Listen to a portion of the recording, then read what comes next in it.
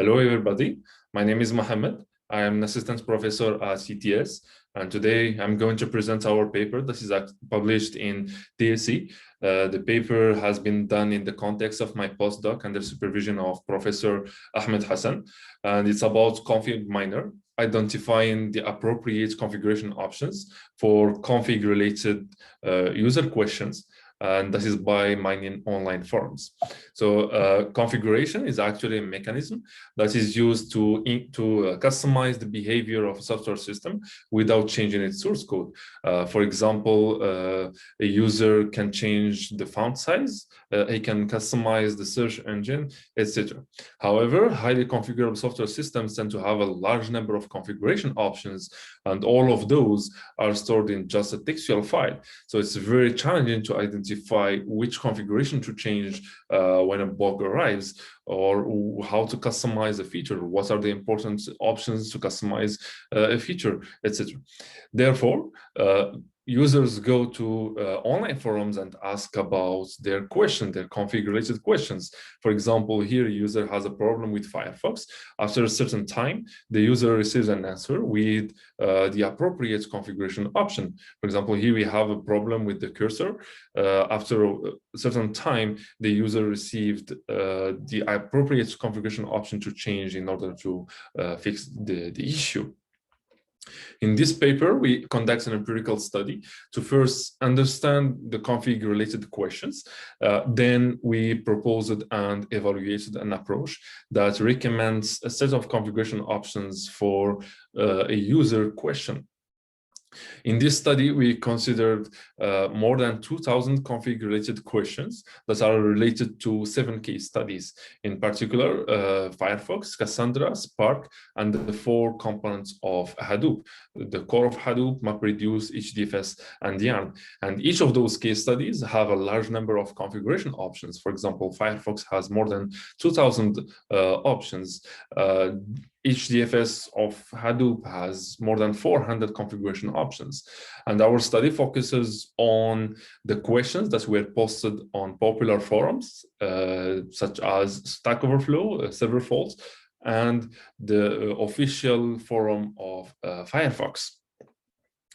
In this study, we first conducted a manual analysis of around 300 config-related questions, and we found that there are 3 main types of config-related questions. The first one is errors with an explicit message. For example, here we have an explicit message, and in those questions, people ask how to fix a problem, and for this problem, they have an explicit message, like the UI shows an explicit message. This message is reported in the log file, etc. And then the second type of config-related questions is related to general questions, or a how-to-do question, how to customize a feature, what are the relevant configuration options for a feature, how to disable or enable a feature. And here we have an example of a question in which the user asks how to disable the drop-down menu in the address bar. So here there's no problem, but the user just asking how to do something. The third type of config-related questions is errors or problems, but without an explicit message. So, for example, here we have a problem related to the scrolling, but there is no explicit message that is shown in the UI of the website or the software system, or an error in the log file, etc. All of those 3 categories are as time-consuming as each other. We did not observe any statistically significant difference between the 3 types. And interestingly, most of the literature focused just on the first type of config-related questions, which is related to errors with an explicit message. Those studies, including our prior work, takes as input an error message, and then leverage the source code analysis techniques to recommend the appropriate configuration to change in order to fix the problem. However, the other 2 cases are not well covered by the literature. In fact, just 2 prior studies leverage NLP techniques, natural language processing techniques, to recommend the appropriate configuration options. Those approaches take as input a new configured question, a set of configuration options for a software system. For example, those options for a system. Here we have 4 configuration options of Firefox, and then those approaches textually compare the new question to the set of configuration option names. And then if there's any match or any similarity between the new question and the one of the options, those approaches recommend that similar options as important or as appropriate for the new configured questions. And those reported options are sorted from the most to the less relevant options to the new configured questions. The problem with that is the following. In many cases, we observe that there is no similarities between the question and the expected configuration option. For example, here we have a question with the title and the body, and there is no keywords that is shared between the question and the keywords of the configuration option name. For example, there is no keyword media within the question, within the title or the body of the question. Similarly, source, similarly WebM. So there is no, those keywords of the expected option are not mentioned in the question. In our study, we still take our approach still takes a new configuration question to recommend, for which we need to recommend the appropriate configuration options. But instead of comparing this new question to the set of options, we compare the new question to a set of questions for which we already know the response, for which we already know what were their appropriate configuration options. And based on this similarity, based on the similarity between the new question and the questions that we already have, we recommend the appropriate configuration options. For example, we have here a new question with the title and the body, and we have a set of questions for which we already know the response, the appropriate configuration option. For example, here we have question 1 with the title and body, and its appropriate configuration option is dumb disable before unload. Similarly, we have other questions with their appropriate configuration options, and then we textually compare the new question to those 3 questions to have a similarity score. So each question, each of our questions have a similarity score with the new question.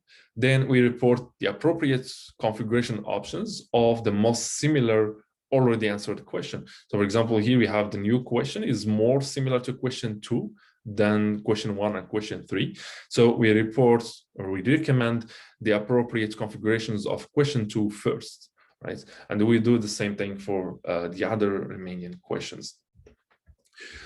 In our comparison, in our textual similarity, we evaluated different approaches, including TF-IDF, Doc2Vec, and Universal Sentence Encoder.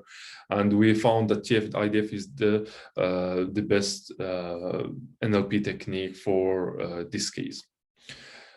We evaluated our approach on more than 2,000 configured questions, and we found that our approach is able to report the appropriate option at the first rank for around 30% of the configured questions, for a median of 30%. The same thing applies for the top 20 configuration options. We were able to report the appropriate option for more than 80% of the questions within the top 20%, within the top 20 recommended options. And we did not observe any differences in the performance of our approach on the 3 types of configured questions. So our approach performs well on the 3 types of questions. To summarize, we identify 3 main types of configured questions, while most of the literature focused just on the first category, which is error with explicit messages. Prior studies leverage NLP techniques that compare the textual similarity between a new question and the configuration options, while our approach compared the new question to a set of already answered questions. And our approach has performed the state of the art by a median of 130%. And finally, our approach performs well for the 3 types of configurated questions. And thanks for your attention.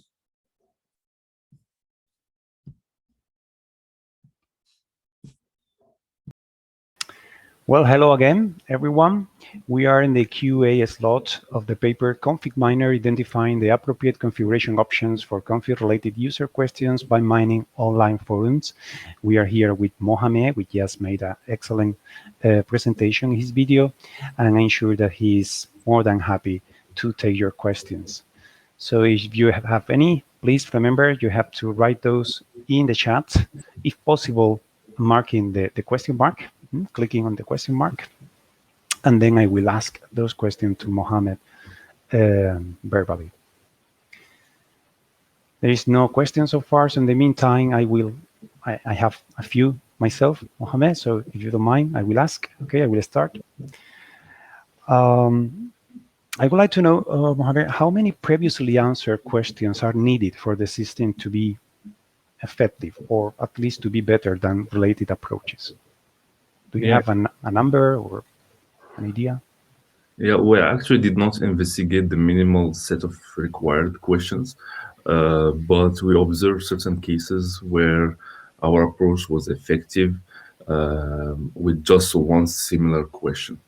Right? Wow, So wow. you have new question, then you just look at similar question online. But yeah, our approach is limited or has the limitation to, I mean, we should have at least a few questions that are similar and in Stack Overflow, something like this. Otherwise, our approach will never find the appropriate configuration option. Okay. Actually, my next question is related to that last part. How diverse was the data set? I mean, how many different configuration options were discussed on it? Do you have any data regarding that? Yeah, we have certain statistics about this in the paper. So it depends on the case study. I'm not sure. I don't remember exactly what was the number of options that are discussed online. Okay, well, don't worry. I mean, if it is in the paper, I can check it out. I didn't find that data, and I was curious to know. Yeah, there are quite a few options that are discussed in online forums. Yeah, but not all of the options are discussed for sure. Okay. You provide a ranking, right, of the 20. By the way, I don't see any question. If you see a question, perhaps it's a problem with my screen. Just let me know, Mohammed. I was about to ask that you provide a ranking, right, with the 20 best options. My question is, could the approach provide also a confidence value somehow? Could that make sense? You know, I mean, the system could say, okay, this is the first option, and I am like 20% confident of this. Would that make sense? Well, yeah, it could. That's an interesting idea, but what we have so far just the ranking of the options from the most probable one to be misconfigured to the least probable option to be, to be relevant to the question. But yeah, that's an interesting idea because sometimes we have a very close similarity score. Like you have two questions, you are just more similar to one of them than the other option, and yeah, we can add more heuristics to include the confidence. What will be interesting to add, maybe like adding the popularity of an option. Let's say you have two questions that are very close to the new question. Are very similar to the new question, then you add like a new heuristics. For example, you have some options that are more discussed online, so you give them more priority than other options. Yeah, that's an interesting idea. We don't have it so far. Thank you. Come on, guys, far away. I don't want to be the only one catching your attention. Final question, I promise, Mohammed. This is actually a quite straightforward one. How do you see this implement it in practice? I don't know. For example, do you imagine having a REST API or a chatbot, perhaps? I don't know. How do you see this implemented so it is applicable in different platforms? Yeah, well, it can be, let's say, a plugin that can be integrated to Stack Overflow or to a bug report. It depends on the case study. The plugin will identify the similarities with prior questions. Well, it can be a plugin because it's a lightweight approach. It doesn't require lots of resources to run the textual similarity. So it can be integrated to easily to any platform. Okay. Well, thank you so much, Mohammed. This is all on my side. I suggest that you stay here for 4 more minutes, just in case that anyone want to jump in and make a last-minute questions. Please remember that at the end of the question and answer slots, there will be a pop-up with a link for going to a specific discussion room for this paper. If you want to go there and continue the discussion with Mohammed, please click on that link. And this is all. Thank you so much, Mohammed, for your excellent presentation and your answers. Good luck with your research. See you all in the next QA. Bye.